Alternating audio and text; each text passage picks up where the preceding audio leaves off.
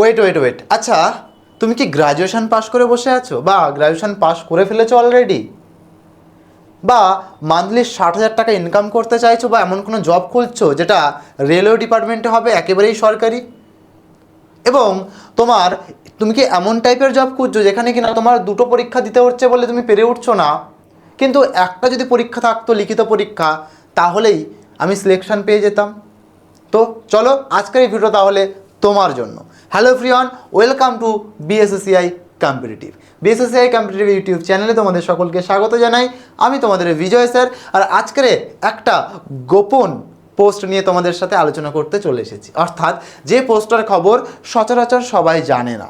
তো চলো সবাই এই ভিডিওটা আমি তাহলে শুরু করে দিই।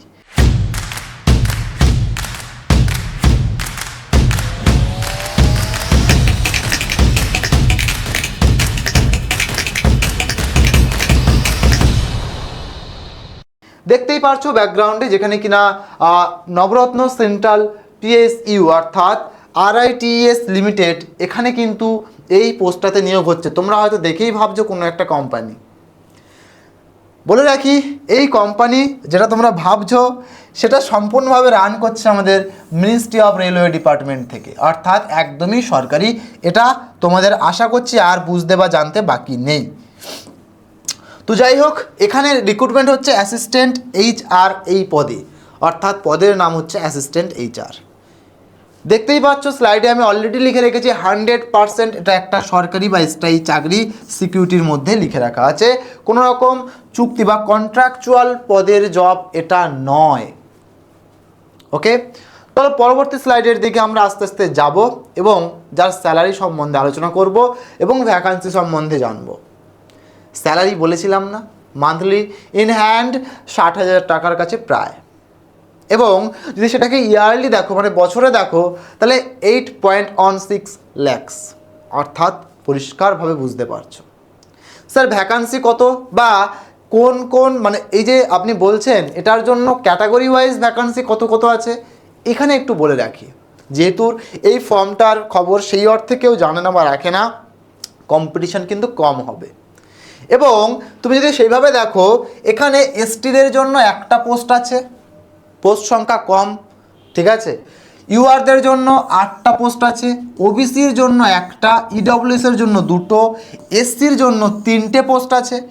ইডব্লিউএস অলরেডি 2টো অলরেডি বলে দিয়েছি তোমাদেরকে। তাহলে এই হচ্ছে টোটাল ভ্যাকান্সি, অর্থাৎ 8 একে 9 10 11 12 আর এখানে 3, অর্থাৎ 15টা কিন্তু পদে নিয়োগ হচ্ছে। এবারে তোমরা ভাবছো যে স্যার অনেক পোস্ট সংখ্যা কম।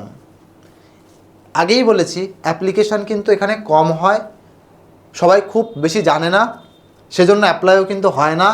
এবং এখানে কিন্তু কোশ্চেনের লেভেল মোটামুটি মডারেট লেভেলে থাকে, তাই কাট অফ নিয়ে চিন্তা করতে হবে না, প্রিপারেশান নিয়ে তোমাকে কিন্তু চিন্তা করতে হবে, ঠিক আছে। কম্পিটিশান অত হাই যেটা তোমরা ভাবছো সেটা কিন্তু এখানে হয় না। এবারে তুমি বলবে স্যার তাহলে কোনো এক্সপিরিয়েন্স লাগবে, যেহেতু একটা পরীক্ষা ডকুমেন্ট ভেরিফিকেশন একেবারেই নয়, এটাই ফ্রেশার্সদের জন্য জব। যারা ফ্রেশার্স তারা অনায়াসে এই জবটার জন্য আবেদন করতে পারবে।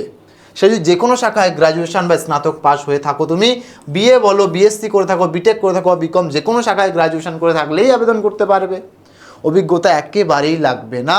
ফ্রেশার্সদের জন্য এটাই হচ্ছে একটা সুবর্ণ সুযোগ। স্যার এজ লিমিটেড কি হবে? এজ লিমিটেড হবে 21 থেকে 30 বছর, মাথায় রাখবে 21 থেকে 30 বছর, 18 থেকে বলিনি, 21 থেকে 30 বছর এজ লিমিট।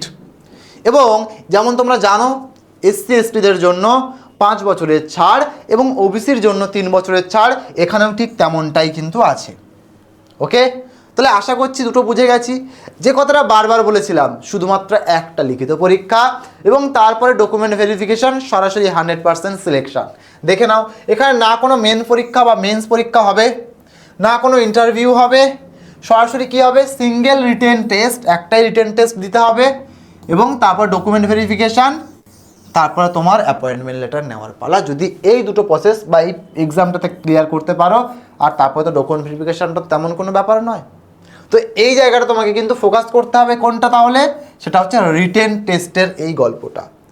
এখানটায় আরেকটা বড় কথা, কোনো রকম নেগেটিভ মার্কিং নেই, অর্থাৎ তুমি ফুল অ্যাটেম্প্ট করে আসতে পারো নির্দ্বিধায়, কোনো রকম নেগেটিভ মার্কিং নেই, তাই কোনো রকম নম্বর কাটা যাওয়ারও জায়গা নেই বা চান্স নেই। 125টি প্রশ্ন থাকবে, অবশ্যই এমসিকিউ টাইপ। টাইম 150 মিনিট, অর্থাৎ 2.5 ঘন্টা টাইম, 2.5 ঘন্টা টাইম। 125টি প্রশ্ন থাকবে এমসিকিউ। 50% মার্কস তুমি যদি পাও তাহলে কিন্তু তুমি পাস করতে পারো, ইউআরের জন্য বলছি। 45% মার্কস এসসি এসটি ওবিসিদের জন্য। তাহলে এখানটায় রিটেন টেস্টটা তোমার কিন্তু কি করবে, দূরত্ব তৈরি করবে তোমার যদি ঠিকঠাকভাবে প্রিপারেশান লেভেল বা মজবুত না থাকে। তো চলো রিটেন টেস্ট দেখার আগে সিলেবাসটা দেখে নিই, কারণ 125টা প্রশ্ন নেগেটিভ নেই মানে সবাই হুড়িয়ে আনসার করতে চাইবে। আর অনেকেই বলবে কমেন্ট সেকশানে এই ভিডিওর পরে, আমি জানি যে কাট অফ যাবে 120 আর 125-এর মধ্যে 120, 122, 123 ইত্যাদি ইত্যাদি। যদি তুমি সিলেবাসটাকে দেখো না, তুমি বুঝতে পারবে কাট অফ কেমনভাবে হতে পারে বা কত হতে পারে। কেন, ভালো করে দেখো। ইংলিশ সেগমেন্ট দেখো, যদি দেখো ভালো করে, সেখানে 40টি প্রশ্ন কোথা দিয়ে আসবে, টোটাল কত প্রশ্ন বলেছিলাম 125টি, তার মধ্যে 40টি প্রশ্ন দেখো এখান থেকে আসবে।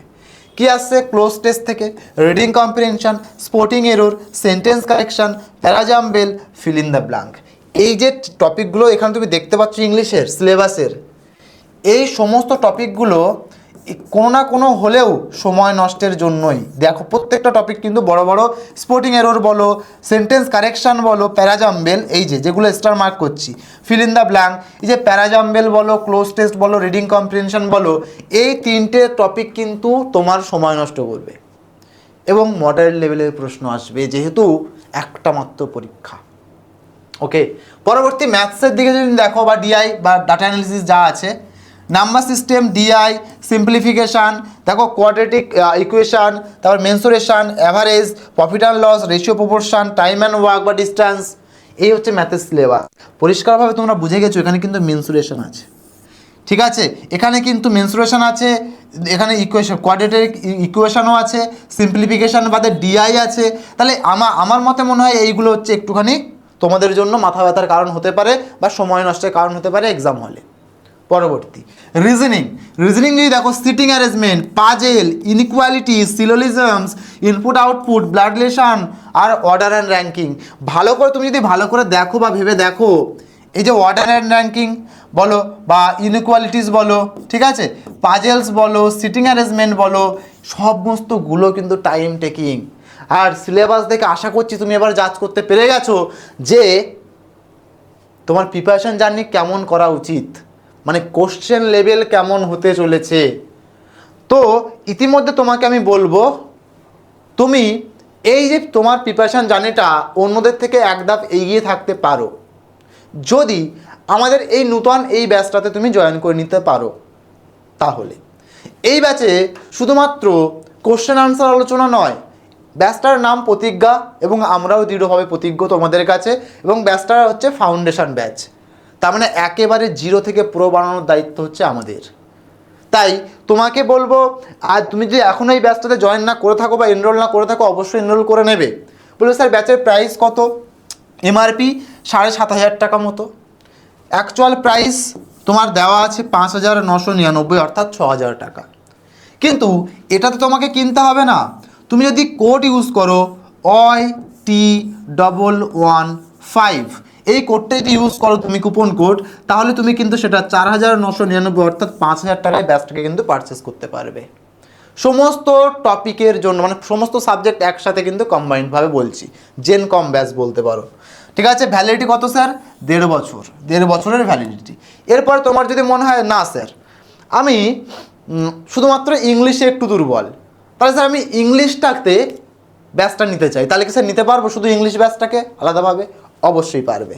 যদি তুমি আলাদাভাবে ব্যাচটাকে নিতে চাও, দেখো ইংলিশ ব্যাচ আছে, রিজনিং, ম্যাথমেটিক্স, জিকে, জিএস সমস্তগুলোই কিন্তু আলাদা আলাদাভাবেও তুমি পারচেস করতে পারো। তাই ধরো ইংলিশ ব্যাচটা তুমি নিতে চাইছো কারণ ইংলিশটা তুমি দুর্বল, ইংলিশ ব্যাচের অ্যাকচুয়াল প্রাইস আছে 1,578 টাকা, কিন্তু এত টাকা দিয়েও তোমাকে কিনতে হবে না। তুমি যদি ওই একই কুপন কোড ইউজ করো OIT115, এই কুপন কোড যদি তুমি ইউজ করো তাহলে সেটা তুমি 1499-এ পেয়ে যাবে। শুধুমাত্র ইংলিশটার জন্য বললাম, ঠিক তেমনভাবেই সমস্তগুলো। তুমি যদি ম্যাথমেটিক্সের জন্য চাও এই কোডে এই মানে পারচেস করতে চাও এই নাম্বারে, তাহলে তুমি কি করবে, এই কোডটাই অ্যাপ্লাই করে দেবে, কুপন কোড। তুমি যেটাতে রিজনিং যদি তুমি ব্যাচ নিতে চাও, তাহলে তুমি যদি ডিসকাউন্ট পেতে চাও, তাহলে অবশ্যই YT115টাকে অ্যাপ্লাই করে দেবে, তোমার এই দামের মধ্যে সমস্তগুলোকে তুমি পেয়ে যাবে। কিন্তু ব্যাপারটা হচ্ছে তুমি যদি এক একটা করে ব্যাচ নাও, তাহলে তোমার ভ্যালিডিটি থাকবে সেখানে কিন্তু 1 ইয়ারের। কিন্তু যদি কম্বো নাও, তাহলে কিন্তু তোমার থাকছে 1.5 ইয়ারের। আবার এই কম্বোর সাথে তোমাদের জন্য যারা যারা MSCর প্রিপারেশান নিচ্ছ বা টাইপিং টেস্টের ব্যাপার থাকে যাদের যে কোনো পরীক্ষাতে, সেই টাইপিং ব্যাচ, তার সাথে MSC অর্থাৎ মাদ্রাসার যে এডুকেশান সেই ব্যাচ এবং ইসলামিক স্টাডিজ, এইগুলো কিন্তু একেবারে বিনামূল্যে তুমি পেয়ে যাচ্ছ ওই জেনকম ব্যাচ বা পুরো ফাউন্ডেশনের ব্যাচটার সাথে। আশা করছি বোঝাতে পারলাম। নিজের প্রিপারেশান জার্নিটাকে এইভাবে মজবুত করো, আরও এক ধাপ এগিয়ে যাও অন্যদের থেকে, তাহলে তোমাকে কেউ আর আটকাতে পারবে না সিলেকশনের পথ থেকে। ওকে, পরবর্তী দেখো, এখানটায় জেনারেল এবং ওবিসির জন্য তোমার আবেদন মূল্য কত সেটা একটু দেখে নিই আমরা এবারে। জেনারেল বা ওবিসির জন্য আবেদন মূল্য 318 টাকা, 300 টাকা আবেদন মূল্য আর 18 টাকা GST চার্জ। ঠিক আছে, EWS SC STর জন্য 118 টাকা, অর্থাৎ 100 টাকা আবেদন মূল্য আর 18 টাকা হচ্ছে GST চার্জ। এটা হচ্ছে অ্যাপ্লিকেশন ফিস। কোথায় কোথায় আবেদন করা যাবে, বা তোমরা এখানে দেখতেই পাচ্ছ পরিষ্কারভাবে যে কোথায় কোথায় তোমার পরীক্ষা পড়বে। অর্থাৎ যেহেতু রেলওয়ের একটা ডিপার্টমেন্ট থেকে নিয়োগ হচ্ছে, তাই পরীক্ষা তোমার দেখো গুয়াহাটি, কলকাতা জোন আছে, এবং শুধু এই দুটো জোন নয়, দিল্লি, মুম্বাই, বেঙ্গালুরু, হায়দ্রাবাদ, লখনৌ, চেন্নাই, ভিলাই, আহমেদাবাদ, রাঁচি, পাটনা, তিরুবনন্তপুরম আর গুড়গাঁও। তাহলে এই সমস্ত জায়গাতেই কিন্তু তুমি এই সেন্টার, পরীক্ষা সেন্টার আছে। তুমি তোমার যে সেন্টার পছন্দ বা যে নিয়ারেস্ট যে সেন্টার, সেটা তুমি চুজ করবে বা সেটা তুমি ফর্ম ফিল আপের সময় দেবে, তাহলেই কিন্তু হয়ে যাবে। ওকে, আবেদন তাহলে কি হচ্ছে, আবেদন যদি এখনও না করো তাড়াতাড়ি গিয়ে আবেদন করো। আবেদন শুরু হয়ে গেছে 19শে মার্চ থেকে, শেষ হবে 27শে এপ্রিল, অর্থাৎ আবেদন কিন্তু চলছে। তাই তুমি আর দেরি করো না। যদি আবেদন না করে থাকো, তোমার নিজের স্বপ্ন পূরণ যদি করতে চাও, একটা রেলওয়ের মতো বা ডিপার্টমেন্টে তুমি যদি জব করতে চাও, তাহলে তুমি কিন্তু আবেদন করে দাও। শেষ তারিখ অলরেডি বলেছি 27শে এপ্রিলে কিন্তু শেষ তারিখ। ওকে, তো এবার তোমাকে আমি কিছু একটা দেখাতে চাইবো যে স্যার আপনি যে বললেন এর অথেন্টিকেশনটা কী আছে, মানে এটা যে অথেন্টিক আমি বুঝবো কী করে। চলো তোমাকে একটুখানি আমি দেখাতে চাইবো। এখানটাতে দেখো, যে জবটার কথা আমি বললাম বা যে নোটিফিকেশানটার কথা রাদার আমি বললাম, পুরো নোটিফিকেশানটা এখানে কিন্তু ইংলিশে কিন্তু দেওয়া আছে। তুমি দেখতেই পাচ্ছ, টোটাল পোস্ট 15টা বলেছিলাম, এজ লিমিট বলেছিলাম 21 থেকে 30 বছর পর্যন্ত, সমস্ত কিন্তু এখানে দেখো পরপর কিন্তু দেওয়া হয়েছে। ঠিক আছে, গ্র্যাজুয়েশন পাশে বলেছিলাম, কোনো রকম এক্সপিরিয়েন্স লাগবে না বলেছিলাম, পদের নাম বলেছিলাম অ্যাসিস্ট্যান্ট HR হয়েছে, সমস্তগুলো কিন্তু আমি তোমাদেরকে অলরেডি কিন্তু বলে দিয়েছি। ঠিক আছে, রিটেন টেস্ট বলেছিলাম, ঠিক আছে, 100%-এর মধ্যে তোমাকে কিন্তু স্কোর করতে হবে, 50%, 45% সব বলে দিয়েছিলাম। দেখো, ঠিক আছে, তো এই হচ্ছে ব্যাপার। তোমরা এগুলো আরও দেখে নেবে নোটিফিকেশানে কি আছে, কোথায় আছে। আমি সমস্তগুলো কিন্তু অলরেডি তোমাদেরকে বলে দিয়েছি। দেখো, বলে দিয়েছিলাম স্যালারি দেখো প্রায় 60,000-এর কাছে বলেছিলাম, বছরে বলেছিলাম 8.16 lakhs, দেখো দেখে নাও। ঠিক আছে, এবং অ্যাপ্লিকেশান ফিস বলেছিলাম 300 টাকা, কিন্তু 18 টাকা GST চার্জ নিয়ে এরকম হয়তো ওখানে বলেছিলাম, 100 টাকার সাথে চার্জ নিয়ে বলেছিলাম, GST কিন্তু এর সাথে আছে। ঠিক আছে, তো এই হচ্ছে তোমাদের প্রত্যেকটা দেখে নাও। এখানে রিটেন টেস্টের সেন্টার যেগুলো আমি বলে দিয়েছি, একটু আগেই বললাম তোমাদেরকে। ওকে, তো এই হচ্ছে পুরো ফুল নোটিফিকেশান তোমাদের জন্য। তাহলে আশা করছি তুমি বুঝতে পারলে তোমাদের এই জবটাও কিন্তু আবেদন চলছে। তাই যারা এখনও পর্যন্ত আবেদন করোনি, তাড়াতাড়ি আবেদন করে নিও।